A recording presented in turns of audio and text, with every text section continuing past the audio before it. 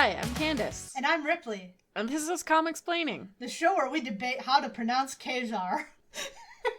I don't know, I think we're in pretty unanimous agreement that it's Kazar.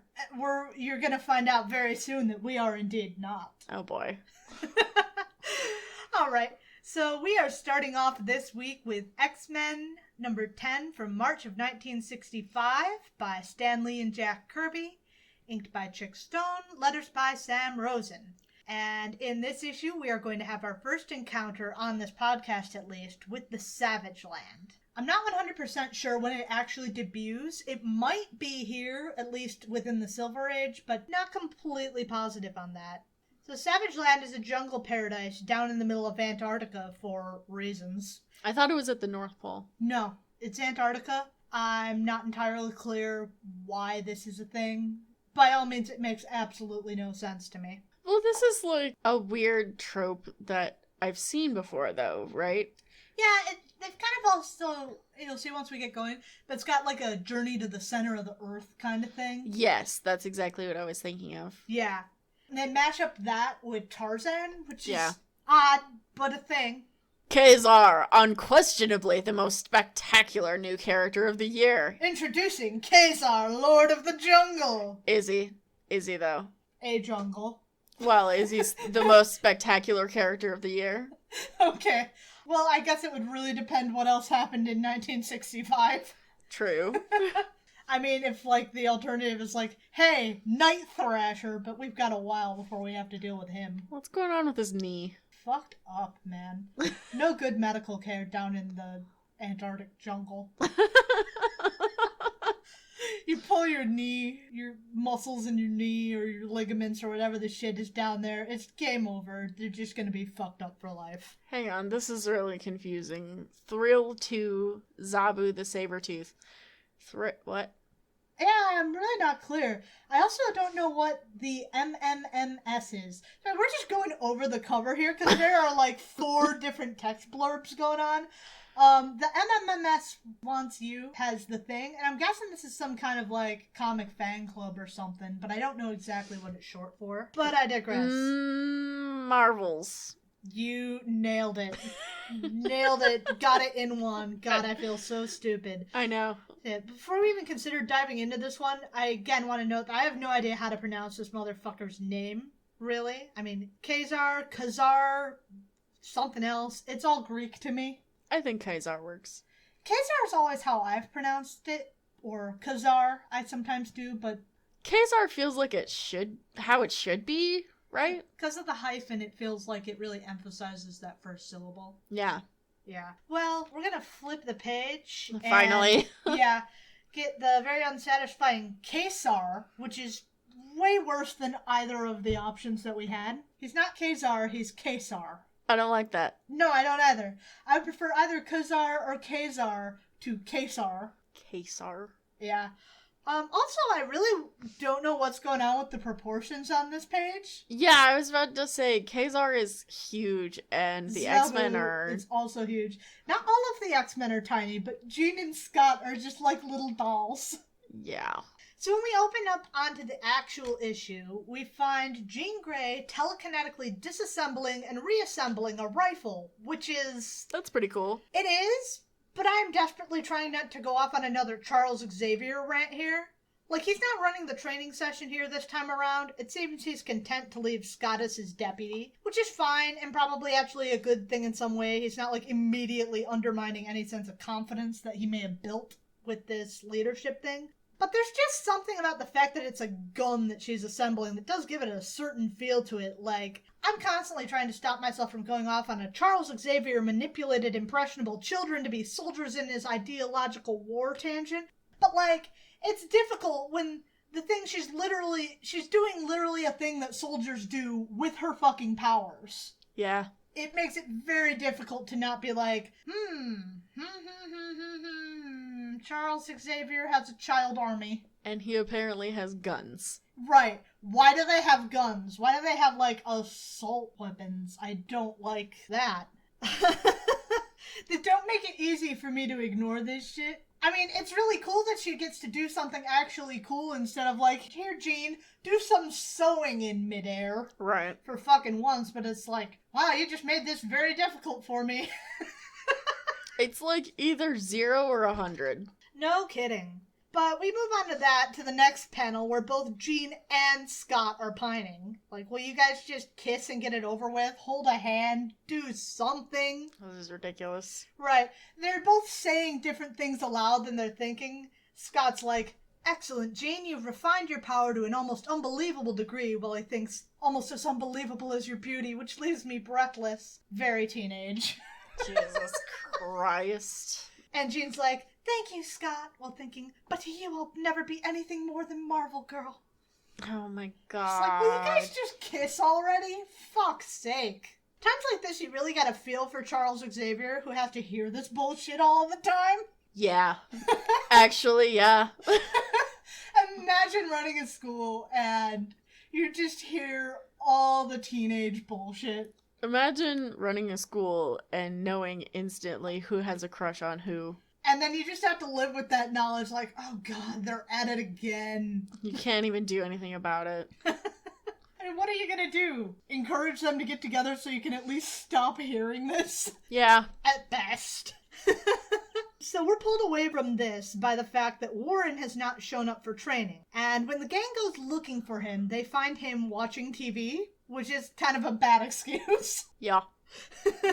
Scott also feels that this is a bad excuse, and he's about to tell him off for it, but he indulges Warren in watching a news story about an exploration party in Antarctica. Apparently one of the members of said party disappeared before being carried back to safety by a man clad only in a loincloth, accompanied by a saber-toothed tiger. Beast is convinced that his ability to survive in the frigid wastes must mean that the man is a mutant, which seems like kind of a wild conclusion to jump to, but I guess it's not completely out of line.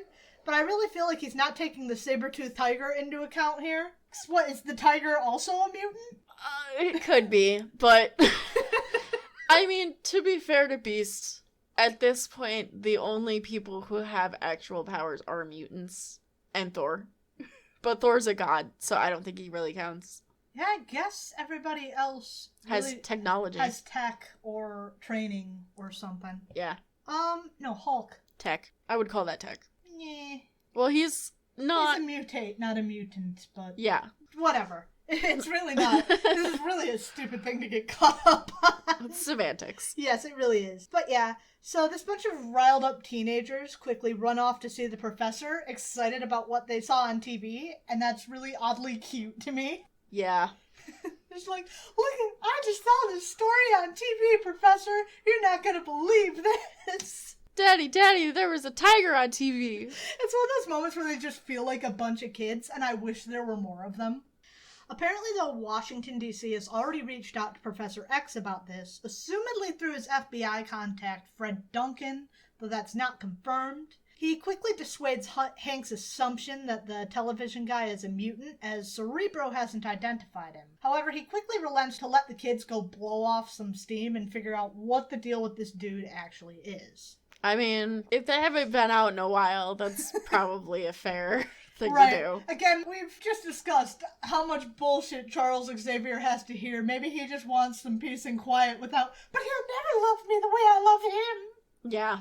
And just the complete sausage fest that is every boy in the X-Men has a crush on Jean, because she's the only girl around. Yeah. When we next see the X-Men, they're traveling Antarctica in a snowcat, searching for any sign of the man or his tiger. Well, they don't find either Kazar or his saber-toothed tiger Zabu, but they do instead find a giant crevasse in the ice. And as a means of investigating, Scott blasts down into the hole, which is... Dumb. Yeah, it's a choice. I don't think it's a particularly wise choice. What are you hoping to accomplish from this, even? Right. Best case scenario, nothing. Worst case scenario, you undermine the ground underneath you and send everyone tumbling into the abyss. Yeah. And then you die in a crevasse. Then you die in a crevasse in Antarctica. That's fun. Also, fun flavor. I like how they're all bundled up in big old parkas and Bobby is just in his fucking panties.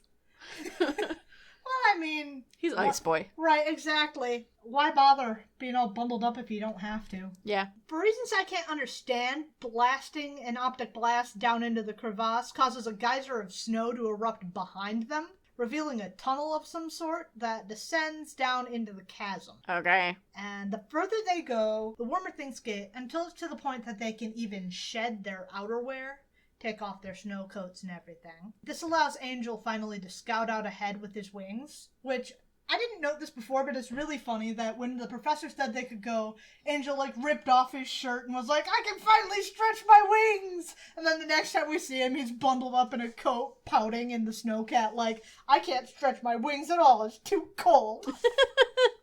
Now he's like, yes, I can fly again! Yeah! I can empathize, though.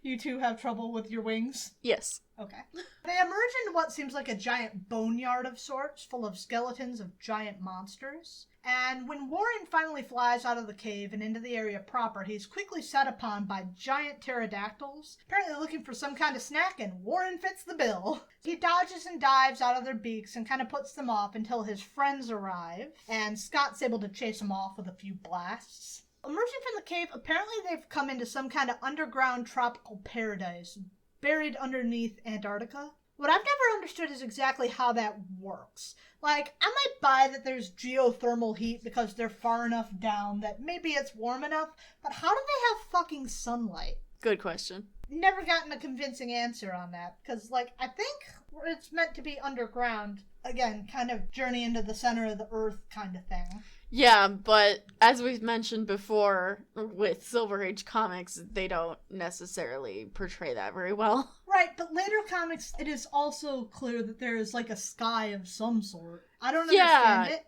The way I always understood it was just, an open area in the middle of it.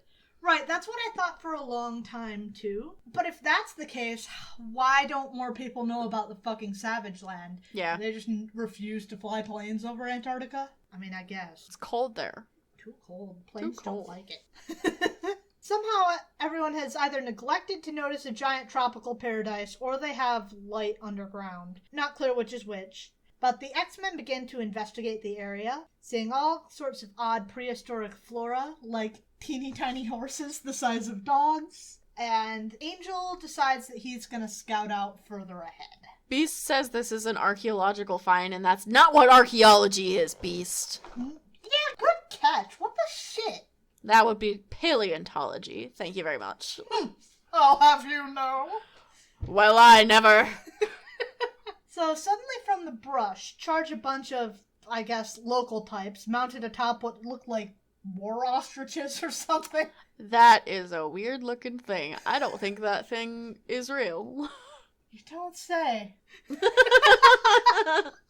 So they throw rocks or bolas or something, and Scott figures out that they're more like gas grenades filled with some kind of volcanic gases. What's really funny to me is that he yells this warning, but apparently didn't heed his own warning, as on the very next panel we see him passed out in the grass. Jesus Christ.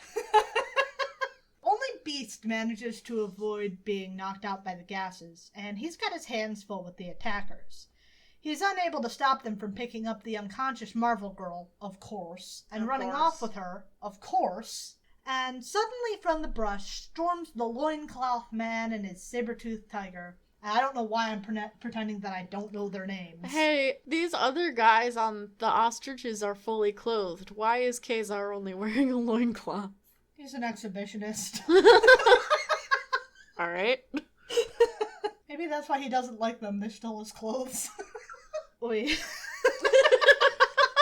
The attackers flee into the swamp, pursued by Kesar and Zabu. But Zabu is a cat and doesn't like water, so he won't chase them any further. I mean, that's my guess here. No, swamp is death. He's a kitty cat and he doesn't like being wet. Shh. Yeah. They flee into the swamp with Jean, and nobody else is able to follow because, for the most part, they're all down. Cyclops and Iceman are having a pleasant nap. Angel is somewhere. That's a good question. Where is he? He's off doing reconnaissance. Getting chased by pterodactyls again. Yeah, I think honestly he just gets super antsy and cannot stand staying still. Like, how often is he just rushing into trouble? He's just antsy. He has ADHD. I wasn't gonna say it, but that's kind of a headcanon of mine. Well, I said it. I'm glad you said it, because it's better for you to say it than it is for me to say it. Later on in some of the X-Men First Class stuff, we see him in the middle of a class. He gets bored with being in class and flies out the window. Oh my god. He can't stay still, this boy. So he's like, okay, I'm gonna go do reconnaissance. You guys have fun. I'm gonna go fly around and look at stuff. That's what I would do if I had wings. So. I'm in mood. With all that taken care of for now, Beast can help revive Cyclops and Iceman, and Kesar introduces himself as Kesar multiple times. And then the Beast... He's just talking like Groot. Yeah. It'd be great if that was still all he did. Yeah. Just all he said was, I am Kesar. Yeah. I think that would be spectacular. That's not the choice that we get, unfortunately. The Beast can't help but try and touch his biceps, which is sure a choice. That's gay. You see what I mean when I say all of the X-Men, none of the X-Men are straight. Also, what the fuck is Beast doing trying to pull Scott to his feet? That's like a really weird way to go about that. It looks like Beast is like a foot shorter than Cyclops. He's about half a foot shorter. I think Beast's around 5'10" maybe, and Scott's around 6'3". Yeah, but in this one panel, it looks like he's so much shorter. Right. It's a really weird way to choose to get anyone to their feet anyway, because he's like hugging him from behind, like he's hauling him up by the midsection from behind. Takes up less space on the panel.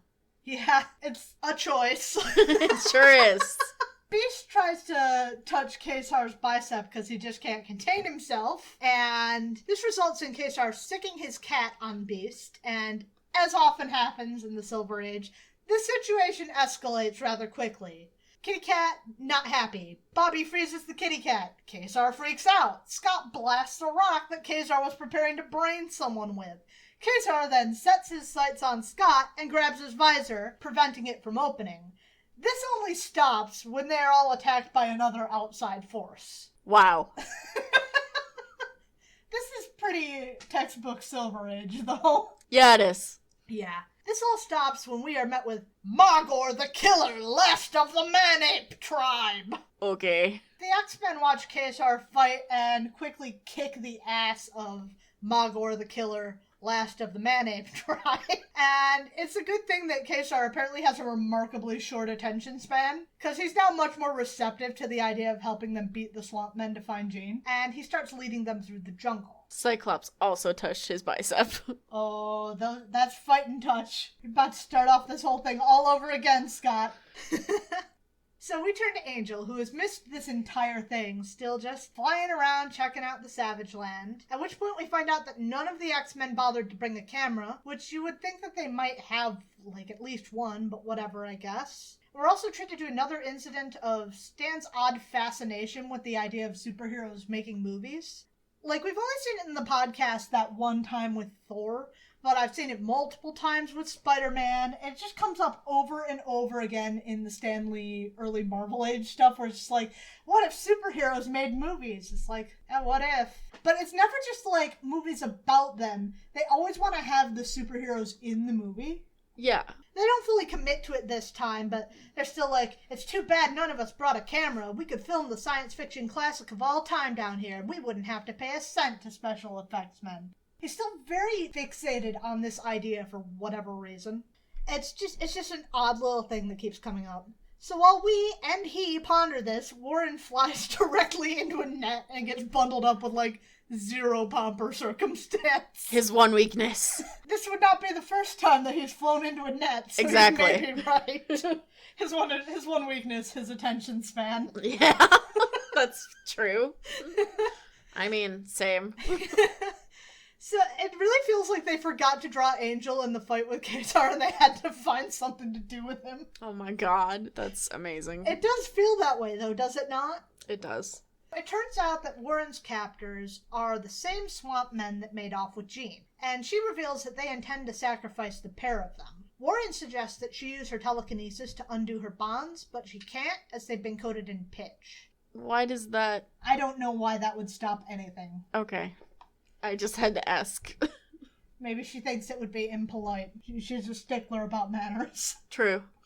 Well, they went to the trouble of putting pitch on my ropes. It would be rude to untie them. They ascend to the top of a nearby pyramid of sorts, assumedly for this sacrifice she was talking about. And upon getting there, some stone doors open. And Jean makes a slip that probably makes poor Warren, who also has a crush on Jean, a little disappointed. Scott, listen! Like, oh, oof, buddy. She got Scott on the brain. Wow. Rip, buddy. I'm sorry. Yeah. So anyway, out from the door comes a T-Rex, assumedly to which they're to be sacrificed. But we don't follow up on that. We turn back to Kesar and the boys. The rest of the boys, anyway. And they're making a madcap dash through the jungle toward the Swamp Men's citadel, the residents of which notice them gathered outside their walls. Back atop the plateau, Jean is now throwing rocks at the T-Rex, which isn't the most effective thing, but she's finally able to use her TK to knock the big bitch over for a minute, so she can at least untie Warren, because they didn't put pitch on his ropes. That wouldn't be rude. Okay. Audio medium cannot portray the look that I just gave, but... It cannot. By all means, continue. Explain. I have nothing to explain. She unties Warren, and he's finally able to swoop off, carrying her in his arms. Why didn't she do that earlier? I was really wondering that.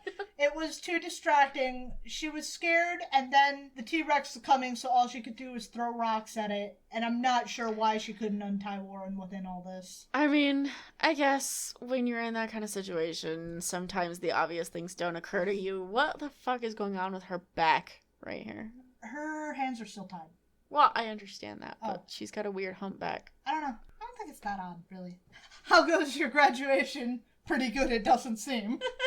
Yet again. Warren swoops off with Jean, but the amount of time that it took for all this to happen kind of allowed the swamp men to swarm the pair of them, and they make a grab to stop them. Meanwhile, down below, Beast is kind of scaling the wall. He makes it to the top without incident, and just kind of rushes through the crowd that's gathered atop the walls. Meanwhile, down below, Scott blasts through the door, at which point it looks like a mace with a sword on the end is launched out of the hole. Yeah, there's a lot going on with that.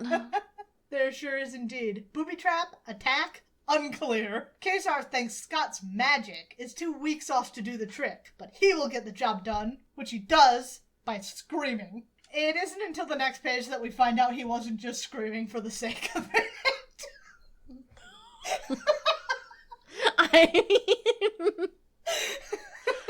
Solve your problems by screaming. It sounds like a fair plan.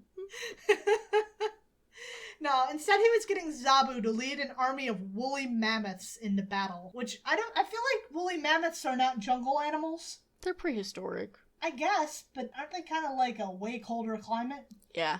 I digress. Because they're woolly. Yeah. It doesn't matter because they are indeed here with Zabu at the head. Yeah, that's all that really matters. That is indeed. Maybe that's why he had to yell. Zabu had to go a long way. They're in Antarctica, so all he really had to do was go out of the cave. I like this implication that there are woolly mammoths in Antarctica. I don't know. It makes more sense than them being in a fucking jungle. It does indeed. So Stan then includes an editor's note that no mere words of ours can do justice to the fury of Kesar's attack, so we'll attempt no such written description. Well, you weren't describing any of the attacks beforehand, so No. I wasn't expecting you to start now. Well, that's the thing, they also don't attempt much in the way of visual description. Yeah. Like, it's a visual medium, Stan. You get one panel, and there's not much clear what's going on. There's some fighting. Bobby rolls a bunch of people in a snowman. Kesar throws a dude. Ooh, so vicious. Yeah. No mere words of ours can do justice to the fury of Kesar's attack. He throws a dude. So there's one panel of chaos, and then the X-Men have won. So finally Warren and Jean are rescued, and Warren gets weirdly jealous about Scott not showing the same concern he had for Jean towards him. That's gay. Yeah, I'm legitimately torn between, like, the straights are unable to make a love triangle without making it oddly homo-romantic, and the idea that Warren has a legitimate crush on Scott also. Why not both? Why not both? That's where I've been for a long, long time. So, apparently all this time, Warren didn't bother to free Jean's bonds. So, Scott blasts the ropes off her hands. And we also find out that somewhere in the fight that we didn't get to see, Hank got trapped up on top of a pole with an atomic wedgie. Oh my god. With this, the X-Men and Ka-Zar part on decent terms. This issue kind of sucked. Yeah, not a lot happened. Pretty much it was just an excuse to introduce the Savage Lands and Ka-Zar. That was about it. It's still kind of fun, but it's really, really dumb fun. Yeah, nothing really got accomplished here. Nothing really did.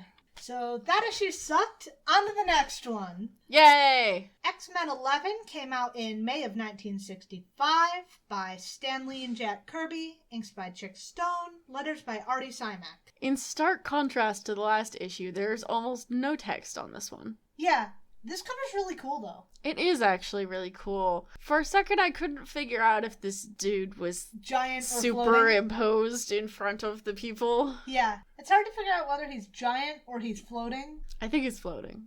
It could theoretically be either. Cool. So we open on the X-Men responding to an alert in Professor X's study. They're all rather concerned, but hear that they are not being attacked. Supposedly there's some kind of new phenomena going on, and a new gadget that the professor has constructed can somehow show the image of the new mutant that they're searching for. Yes, apparently it converts radar blips into an image of the object. Now, just why this person is being bombarded with radar is a question that I have, never to be answered. So, these mutants are just popping up randomly. Yes. Which, like, it's genetic, so presumably they had the gene before, so is it just that their powers start manifesting, or...? I'm assuming that's what it is that's happening. I don't know how the fuck it works. I've been reading all this shit and I still don't know exactly how the fuck all that works. Okay, fair enough. Anyway, this new mutant is somehow powerful enough to somehow detect the radar, I guess, and destroy the image from ever forming. It's quickly determined, okay, yeah, we're gonna have to go figure this out. And in true X-Men fashion, is, we gotta beat Magneto to the new mutant. Slurp. Oh, I hate it. Why is it slurp? I don't even know. Okay, so Hank and Bobby start clowning around in anticipation, and Hank's jumping around the room, and Bobby coats this bookshelf that he was going to jump on in ice. That sucks. How are you gonna... Like, that bookshelf is fucked now. You're right, that you just totally ruined the structural integrity of Professor X's furniture. Another reason I'm sure he was glad to send them to the Savage Land. Please stop ruining my house, you fucking teenage hooligans. Anyway, Beast, slides off of the ice-encased bookshelf and it says slurp for some reason. I hate that the side effect, I hate that the sound effect for that is fucking slurp.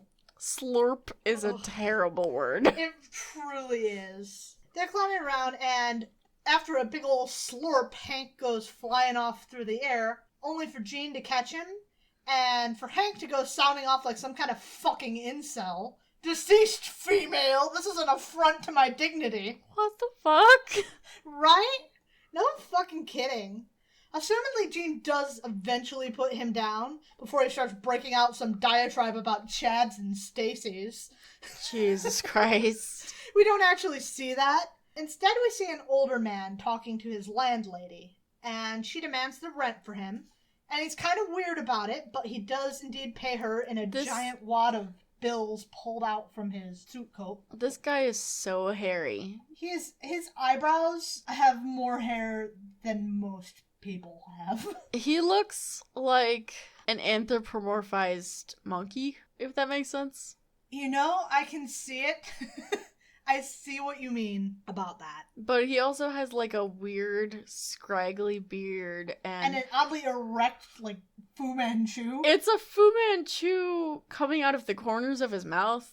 and poking straight out to the side. Right. This dude has a really weird look. He's got quite a look going on, but he does pay his landlady with a giant wad of bills just pulled out of his suit jacket. Then he sets off to wander the city. But after becoming impatient with traffic, he decides to walk above it. This sets the crowd below to confusion. But the stranger hates the inquisitive crowd even more than he hated waiting for the light to change. So rather than put up with this, he walks through a nearby wall, only to find Magneto and his Brotherhood of Evil Mutants all gathered together and waiting for him. So, do you think they were all watching this out the window? How did they know he was going to be in that exact spot? Or... coincidence? I don't know. Were they just doing something else and he appeared and they were like, oh, hey. Looks like he is suffering some serious hair loss. Yeah. He also has one eyebrow raised. Like, he's confused. I'm confused. Yeah. That's fair. Yeah. I mean, for one time and one time only, Mastermind may be valid. Yeah. So, anyway, our prediction that Pietro and Wanda would do nothing more than tut at Magneto's bad behavior has indeed panned out. Wow, I'm shocked. Yeah, I know. Head tube. Head tube. The X-Men have split up and begun searching for this new powerful mutant. And Angel surprises a nearby window washer, but no luck from him. He's kind of weirded out by the whole ordeal. Like, that was a boy with wings. What the shit? Fair. Fair enough. Down on the ground, Scott happens by some policemen discussing the incident with the stranger earlier. Intrigued, he thinks to ask them to tell him more, but they're set on edge by the fact that Scott is wearing sunglasses. They first demand that he take them off, and after he refuses, they, assault him.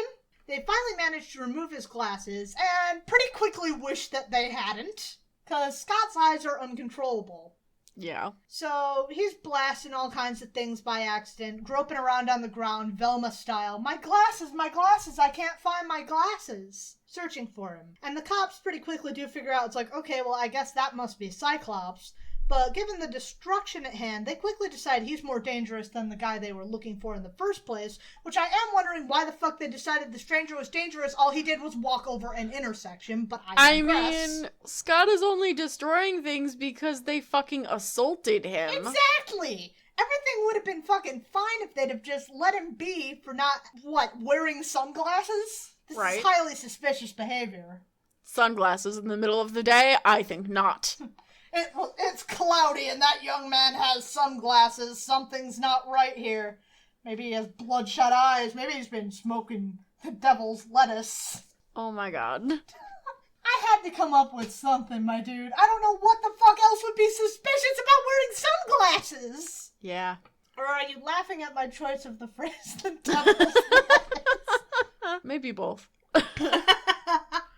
I want to know since when it was a crime to walk through a wall, though, because they're all on edge about the stranger. Who gives a shit? He didn't do anything. True. I mean, well, it may be a crime to walk through a wall, but that's kind of a circumstantial sort of thing. Yeah, I mean, I guess it depends on the wall. It really does. What's on the other half? Are you allowed to be in there? Magneto seems pretty cool with it, so assumedly it's fine. Yeah, Magneto was in there, so... Right. So Scott finds his glasses, but before he has a chance to explain himself, or the cops get a chance to close in on him, Beast bounds in and seizes him and spirits him away across the rooftops. And they're gonna meet up with the rest of the X-Men. Beast grabs him with his widow toesies. He does. Ugh, I hate it. One thing I do find really entertaining, though, is how much the X-Men will just pick up Scott. Yeah. It's actually something I really like in Champions, too. People will just pick up Scott and take him places. I mean, he's not very mobile, so... Right. It's like, okay, I will pick you up and carry you. Sure. I think it's really fucking endearing. It is. Anyway, so they go down. Bobby makes an ice slide to kind of show where they're all gathered, and they go down this ice slide. And after making their final descent down here, Jean catches first Hank and then Scott, causing Cyclops to exclaim, "Good girl!" Which, because Stan doesn't understand women, she interprets as dreamy rather than deeply fucking condescending. Yeah. I hate "good girl." Shut the fuck up. That's bad. It's really bad. I'm blaming that one on Stan. I mean, not that Scott's the most socially gracious character, but that's really bad. That's really She's not bad. a dog, Scott. Right, no fucking kidding. So they scout out the rooftops so Scott can kind of try and find out what their new mutant is based on the policeman's discussion. And Bobby makes a set of ice stairs for that to happen. And then we turn to the stranger over with the Brotherhood of Evil Mutants. So he asks just why it is he should join them. And the Brotherhood decide that their best method of convincing him is to attack him. Excuse me? I guess they're demonstrating their power or something. Magneto wraps him in metal equipment that he assumedly has laying around for just such a purpose. Sure. I mean, we do know that he just keeps things to throw at people, so... Yeah. It's entirely plausible, I think. And then Mastermind begins making the stranger feel that he's in dangerous locales, first under the sea and then kind of perched around a volcano. And the stranger doesn't take well to this. Understandably. Right, pretty reasonably. Like, use your words, don't just fucking attack him as a means of making a persuasive argument. You guys kind of suck at this. The Brotherhood of Evil Mutants really do suck at winning people over to their side. They really do. Like, consider Namor and consider the Blob. And now this. And now you guys are this. 0 for 3. I mean, not that the X-Men have done a great job, but, like, at least they initially kind of won the Blob over to their cause before they were a bunch of dickheads about it. Yeah. Anyway, it's the stranger's turn to show off his power, and he lashes out at the Brotherhood, and he wrecks Magneto's headquarters, and he turns Mastermind into a solid block of matter. And as such, his weight is so greatly increased that even the building's floor can't hold him. The solid block of matter? Yeah, I don't know. Stan, do you know what matter is? I like the implication that he wasn't solid before. Humans are already solid matter. I don't know how to tell you this. I guess you could make a case that humans have a high liquid content, but I still think this is pretty suspect. Water is still matter. Right, but it's liquid matter, not solid matter. That's true, I guess. But he turns him into stone. They could have just said he turned him into stone. Yeah, I don't know what the fuck the choice was with that. But Mastermind crashes down through the floor all the way to the bottom of the building, and he's now a statue. Thank God he will never come up again. He's dead now. We don't have to deal with him. For good. Good riddance to bad rubbish, fucking creep.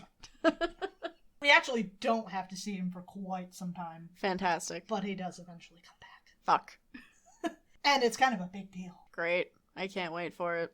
It's actually a really good storyline. Oh, okay.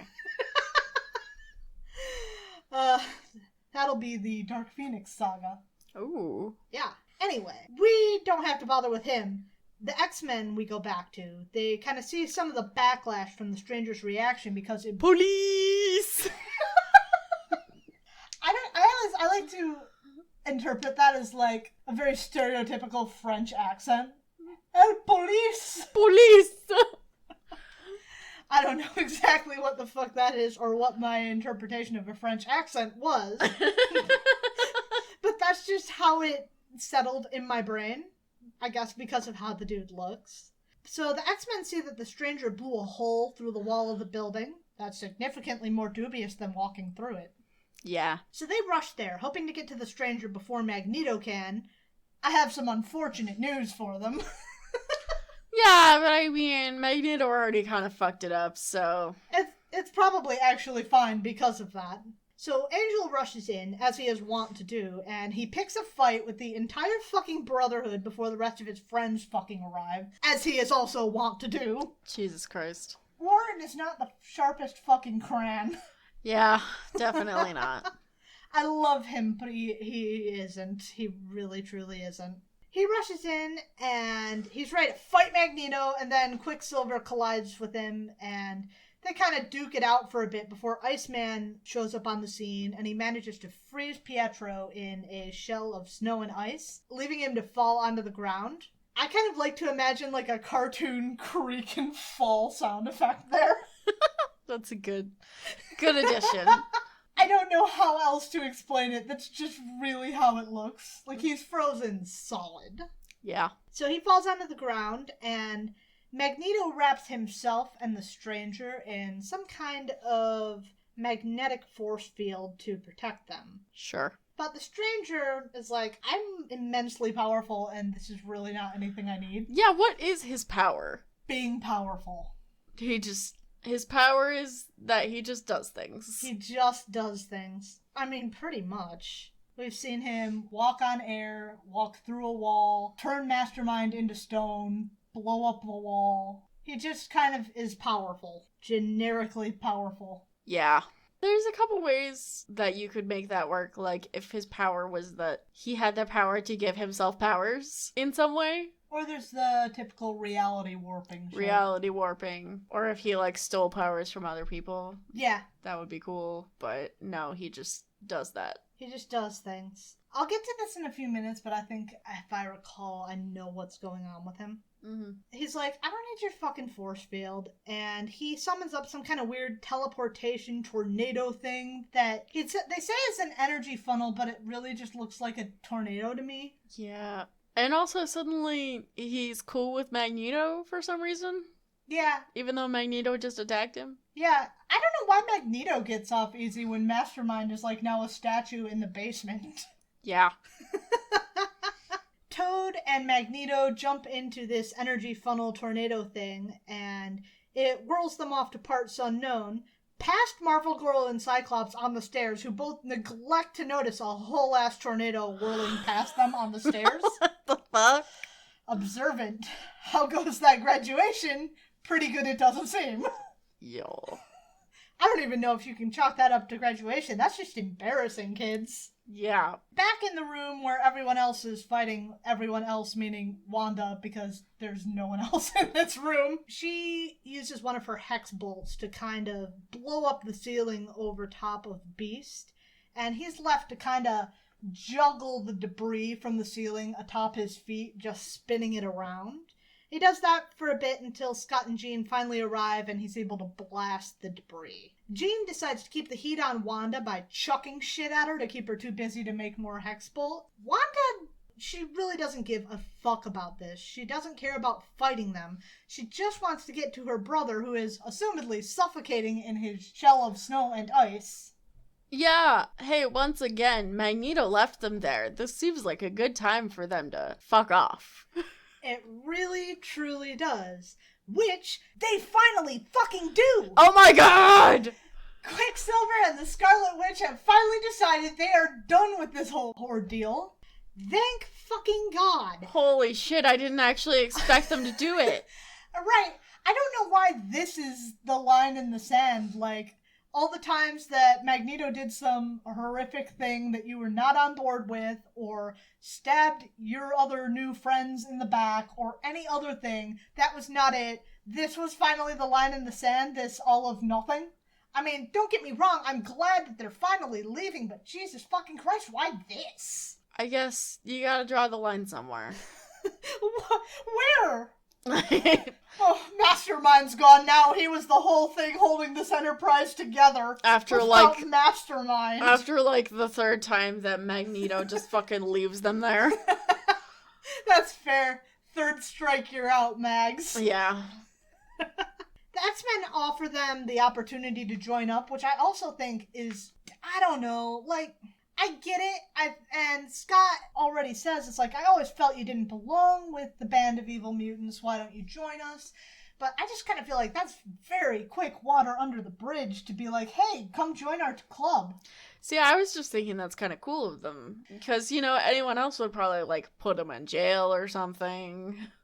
Right. But they're just like, yeah, sure. Well, they take a middle ground. They don't try and arrest them or anything. Pietro and Wanda decline the offer, and they're just like, nah, we're going to head back to Europe and I guess retire or something from our lives of crime. So meanwhile, the Stranger's energy cone tornado thing finally comes to a complete stop. Your hands and feet can now leave the car. We are done here. And Magneto has apparently not gotten the idea yet that this is not a man to be fucked with, and demands to know what his mutant power is. At which point, the Stranger reveals that he is not a mutant, and he makes himself grow in size. I told you he could either be giant or floating. That's true. But... Another power for the Stranger, unexplained. And he says he's not a mutant? Nope. And he has had it with Toad and Magneto's nonsense. And why did he take them with him? I thought he had it already before. Yeah. Well, as he continues to grow, he captures them in some sort of odd, sticky, anti-magnetic membrane. And another power. yeah, it looks like a Snuggie. I was thinking it looks like Play-Doh Snuggie. taffy. I can see that. Yeah, a little bit. So now they're wrapped up, but we go back to the school where Professor X and the X-Men are examining Mastermind, who they all just carried along with him, which the floor wasn't strong enough to hold him, but apparently the 5 of them could lug him around. Yeah. Maybe they got like a dolly. They got a hand truck and just wheeled him through Manhattan. Yeah. I mean, but that dude called the police. Running with a hand truck. Quicker! They're on our tail. He determines that Mastermind is somehow still alive, but he's a statue and he can't move, which is kind of fucking horrific. Yeah. I mean, just imagine, you're there, you're sentient, you know what's going on around you, but you can't do anything. I mean, Mastermind's a creep, but Jesus fucking Christ, I wouldn't wish that on anyone. That's horrific. Yeah, that's really fucked up, Stan. Yet again. So Charles is troubled by the day's events, and he insists that it's very important that they take care of this business with the stranger, which I don't think is necessarily a bad call. I just start thinking about that time that the X-Men just decided to leave Unis on top of a skyscraper. Yeah, that was while Xavier was away, though. That's true. So... This is a lesson to learn, children, because I graduated you way before I should have. Yes. So the X-Men take their helicopter and they follow the stranger's presence to his location. So they find these cocoons with Magneto and Toad wrapped up within them, and Professor X warns them back just in time to avoid some kind of wisps of force or something that are emanating out of them. The stranger just then appears, still like 30 feet tall. I don't know if he just appeared out of thin air or if he stepped out from behind a tree, but he's here now. And he reveals to the X-Men that he is an alien from a race fascinated by mutations. So his thing is he travels the stars looking for specimens to study. Since Magneto insisted he ally himself with him, he's taking him and his little dog too. And he just leaves with Magneto and Toad without so much as a word of protest from Charles, which again, I'm like, that's kind of fucked up. You would think he would not be totally cool with this, despite the fact that he's his enemy. I mean, you'd think that he would want to treat other mutants with dignity, right? Not send them off with some kind of scientist who wants to study them. Yeah, that's not great. It's not ideal, so that's a thing. And the X-Men actually take a moment to celebrate before the cops show up on the scene, demanding answers. So they beat a quick retreat so that no one sees Professor X, despite the fact that he's constantly handing out brainwaves like they're on a 2-for-1 special. And the fact that he's shown up even on the lawn of the fucking White House with the X-Men before. Apparently now we give a shit about this. So the Beast jumps away from the cops, and apparently his spinning is hypnotic. Maybe spinning really is a good trick. I guess it must be. We come back to spinning again and again. Spinning is a good trick. Anakin Skywalker knows what's up. Beast is hanging onto the helicopter by his fucking feet as they leave. Yeah, he didn't even get in. And assumedly he just holds on all the way. Yeah, he does, because they're touching back down and he's still hanging onto the fucking helicopter. He's hanging off the tail. I hate it. That's ridiculous. I absolutely hate it. Well, they return home, and at this point it's revealed that every time they come home, they check their house for hidden bugs and mics, which, it's not a terrible idea, but it is a very stressful one. Yeah, and also, why are we bringing this up now? It does seem a little late to be bringing this up after the fact that we've mentioned that we work with the fucking FBI. Yeah. So Scott and the Professor remove names from several of the now departed or incapacitated members of the Brotherhood of Evil Mutants. They take the labels off of their, these are the guys we don't like machine. All they're left with is Blob and Unis. Well, they didn't take Scarlet Witch and Quicksilver out that we see. Maybe they're just maybe if they start acting up again. I guess. But, they're good guys now. That's true. They are still around, whereas the others are not. Statues or... In space. In space.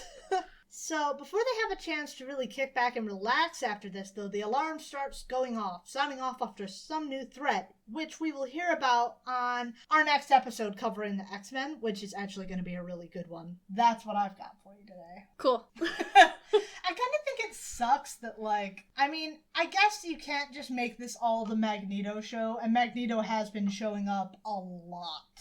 A lot. Every other issue, it seems like, is a Magneto issue. But, if every other issue is a Magneto issue and you send Magneto off to space, the fuck have you got? The Adventures of the Vanisher and the Blob and his carny friends? Yeah, and it also does kind of just diffuse the whole tension. Like, a couple pages ago, or 1 page ago, rather, Scott even says, with Magneto gone, does that mean that we're disbanding the X-Men? Because all they do is fight Magneto. Right. The entire Brotherhood just got, slate cleared. Toad and Magneto are gone. Mastermind's a statue, assumedly hanging out in the basement of the X-Mansion. They put him in the garden. He's a water feature now. Birds perch on him. Yes. And Scarlet Witch and Quicksilver have retired. Maybe they need to go for a rematch with the Carnies. I don't think they can handle that. I don't think they can. The Stranger? I think the Stranger is one of the, if I'm recalling right, the Elders of the Universe, like the Collector and... Oh. Yeah. That would make sense. So that's why he's just generically powerful and able to just do shit. That would make sense, but then why did Cerebro identify him as a mutant? Great question. Don't know. Okay. Fair enough. Cerebro's still in beta testing. That's all I got, man. So what have you got today? Episode 1, we talked a little bit about the upcoming Disney Plus shows, and now it's been 2 months since then, and we have had WandaVision, and now we are getting Falcon and Winter Soldier, so some things have been updated. Before I go through this list, the first thing I wanted to talk about, because I don't know if you heard about this, Marvel announced that they are bringing the X-Men and planning a feature film, and it is called The Mutants.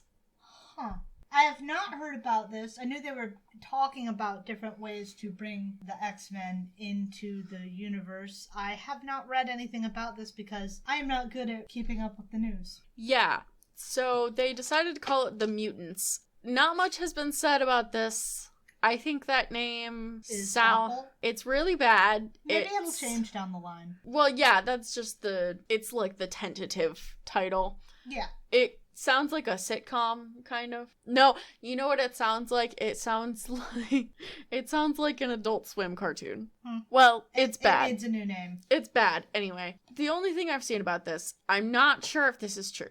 So if it's not true, nobody at me. But, you motherfucker.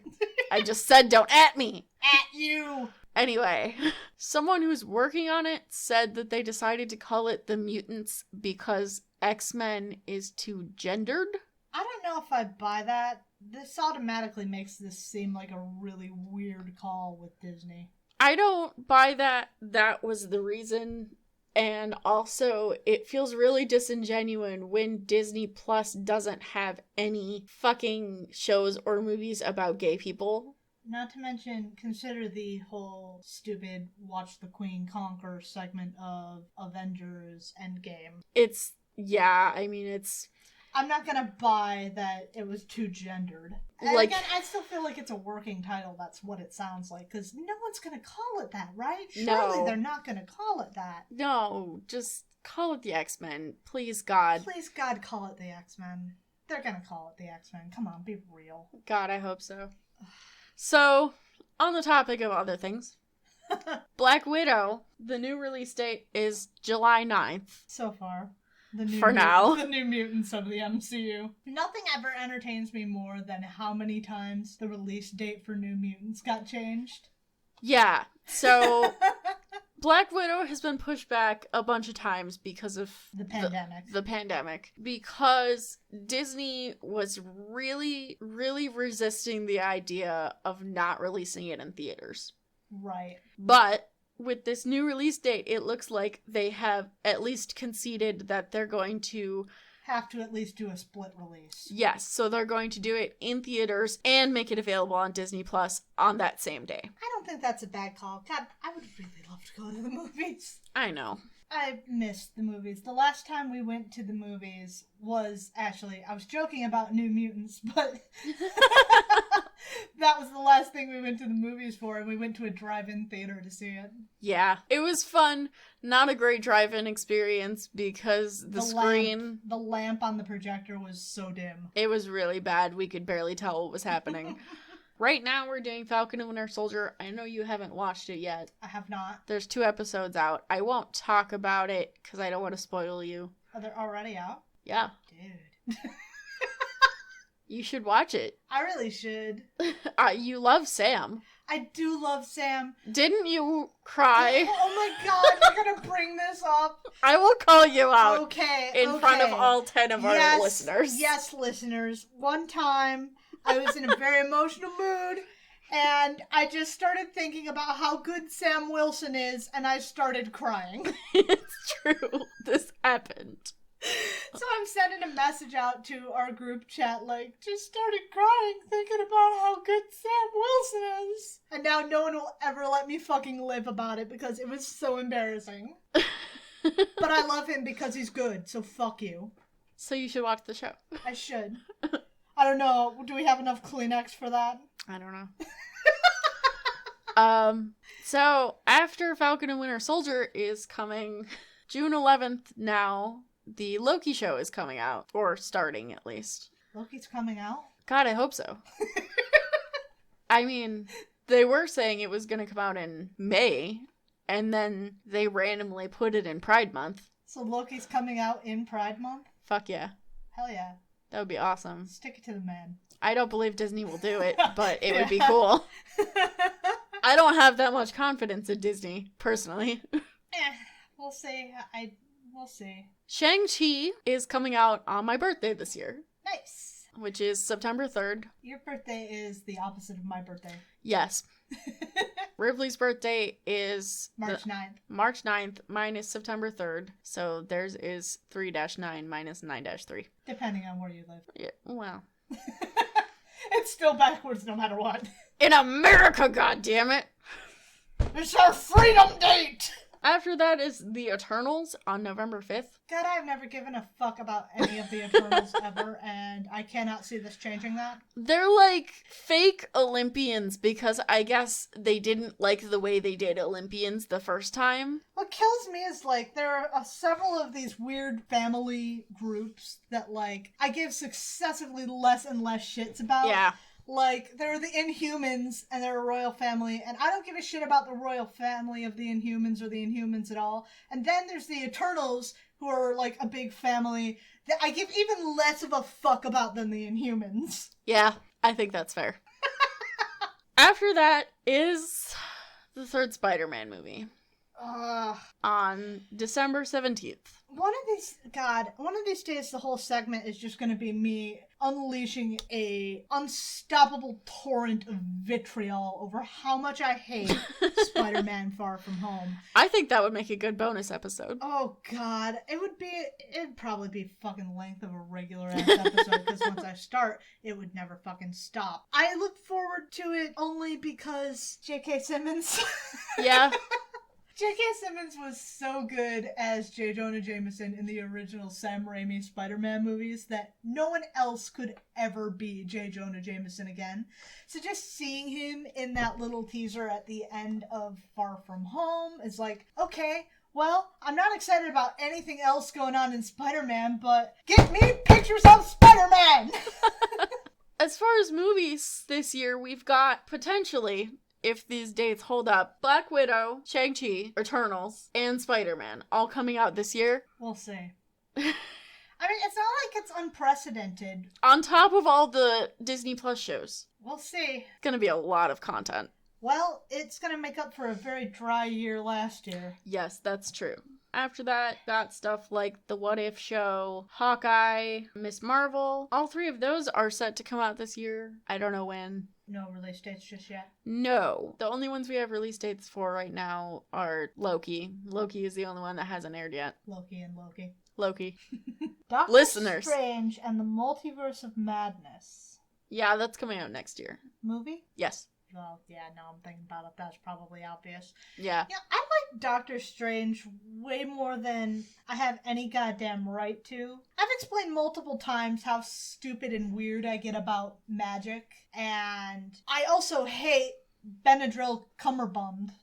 That's a tired fucking joke, ha ha ha, but I think it's a good joke, I hate the motherfucker. He said really shitty things about autistic people, and I'm autistic. He said really shitty things about various other groups of people, too.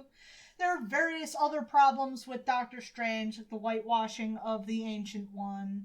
There are all kinds of different problems, but for whatever reason, the way they did that just really hit that rules-based button. Because for me, magic has got to have rules for me to really get into it, and it just flipped the switch. So I'm actually oddly looking forward to seeing what happens with another Doctor Strange movie. I should feel ashamed of it. I do feel mildly ashamed of it, but I can't sit here and live my life in shame of everything. Sometimes you just gotta watch shit. What the fuck else am I gonna do? I really enjoy the aesthetic of Doctor Strange, both in the movies and in the comics, actually. Yeah. Personally, I think Loki should have that aesthetic, not Doctor Strange, but that's just me. Anyway, as I was about to say, listeners, I hope you're prepared. When Loki comes out on June 11th, this podcast will become the Loki podcast. Well, we'll fucking see about that. It's still in debate exactly how we are going to handle covering the Loki episodes coming out. Yeah, we gotta talk about it. Yes. Keep your ears peeled for that. We will, in the near future, have an idea for just how we want to handle the episodes of the Loki Show. Doctor Strange 2, Multiverse of Madness, is tentatively dated for March 25th, and then Thor Love and Thunder is May 6th, like less than 2 months later. Time crunch. And then after that, we've got, a bunch of confirmed things that are in, pre-production, like She-Hulk, Black Panther 2, Deadpool 3, Captain Marvel 2, Ant-Man and the Wasp 2, Guardians of the Galaxy Volume 3, Blade. Fantastic Four, possibly. Okay. They haven't announced Fantastic Four. But it's probably coming. Yes. I think it's very likely that it's coming. God, Blade, I have such a weird feeling about Blade. Do we have time to get into my feelings on Blade? No. Are you gonna make me make a whole segment about how much I hate Blade? I don't hate Blade. So, Blade, my thing with Blade, I think he's, especially in the movie form, Blade was representation early on before really any other Marvel movies really got kicked into gear, and I think that's important to acknowledge. However, I've also always had a really weird feeling about just where monsters fit into the Marvel Universe. Now, some of this probably comes back to what we were saying about the Comics Code, where initially you couldn't mention any of that stuff, so when they did start slotting it in, none of it really felt organic in the way that everything else did, because it wasn't there from the start. It was just like, we've loosened the Comics Code, now it's time for vampires and monsters and all that jazz. So, I don't know. I don't like most of these super edgy characters. Ghost Rider I have a problem with. Blade I have a problem with. The Punisher I tend to get bored with. And even for a long time I had issues with Wolverine until I started reading X-Men comics more seriously. Blade fits in that same edgy, try-hard, ooh, I'm a boy and my personality is blood, knife, death gut. That's a Rob Liefeld character. It is. His middle name is Blood Death. Blood Knife, Blood Death, Death Gut. It's his full legal name. Okay. One of the most endearing things, I just feel like Blade never gets a chance to really be super endearing and human, at least in anything I've seen. There was this really stupid X-Men story that involved the X-Men fighting vampires for reasons that are really too stupid to get into at this point. We'll get to it 10 years down the line. But 10 years comic time, not 10 years on the podcast. Maybe. Depends. I think you underestimate the number of X-Men comics we have. Oh, God. You gotta spend the year of 2025 will be the year of... I forget what the name of the fucking event even was. It was so dumb. Anyway, so Blade teams up with them because vampires are kind of his thing. And, like, one of the most endearing things to me is this detail that he has a Lady Gaga song on his phone. And it's just like, what a human detail. Blade is super serious, super grumpy all the time, but he likes dance pop sometimes. I think he should listen to Lady Gaga whenever he wants. I think he should too, and I don't think the X-Men have any right to make fun of him for that. You do you, Blade. You do you. Just smile once in a while. Also on the docket is Moon Knight. We have no feelings about that. After that on this list is something that I find really interesting, which is the possibility of a Secret Invasion series. A series? Yeah, a Disney Plus series. Huh. I'm gonna have to think about that and get back to you on that. They've set up the scrolls. That there are scrolls. They've established that there are scrolls, but they set up the scrolls as the good guys. Yeah. More or less. It may have something to do also with, you said there may be a Fantastic Four movie in the works. That may do some work to set up whatever's going to happen with the Skrulls to establish them as a more neutral, they're not the good guys, they're not the bad guys, they're just guys. Yeah. Kind of thing. Because we've seen the Skrulls put in the position as the good guys. Maybe we need to start seeing some of the more negative things that the Skrulls are doing that are not painted in that light, to the point where Secret Invasion may make a little more sense, but I don't know. Current stuff, it has been doing this weird thing with the Skrulls and Nick Fury for some reason. This was in Far From Home. Yes. That you remember? Yes. No, I'm sorry, I've wiped Far From Home from my memory. It's also showed up in the Disney Plus shows. I won't say when or what or when, why or how, but it is a weird thing that they're setting up. I don't really understand why, and I don't necessarily enjoy it. Personally, I think it's kind of, I don't know. Jammed in? Yeah, they're kind of just shoehorning it in. Well, we'll see how it all works. Again, that's one of those things where I really want to see what happens with the Fantastic Four. And you don't like the Fantastic Four, so... I have complicated feelings about the Fantastic Four. I will acknowledge that. I don't actually hate the Fantastic Four. I hate Reed Richards. Yeah. The rest of them, I'm good with them. Yeah. Reed's just fucking insufferable. There's a confirmed Ironheart series. Nice. So Coming... can we stop doing the fucking Spider-Man as Tony Stark light thing? I would love that. Jesus Christ.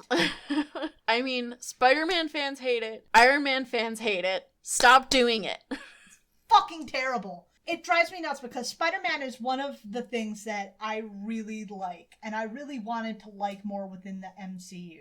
And, like, there's been this entire fucking thing where we don't bother talking about Uncle Ben. We don't bother talking about anything. We instead focus on Tony Stark as a mentor figure, which I have some shit to say about that, but we're gonna save that for if I ever fucking get to this fucking Spider-Man fucking bonus content. Them not talking about Uncle Ben is because people were complaining so hard about them rebooting Spider-Man again, but, like, because you complained and said you didn't want another origin story, we end up with this bullshit. We do. And Spider-Man Far From Home is the one fucking movie in the MCU that, despite all the bullshit throughout all of these movies, all the problems I've had with any of them, Spider-Man Far From Home is the one movie I almost fucking walked out of the theater for.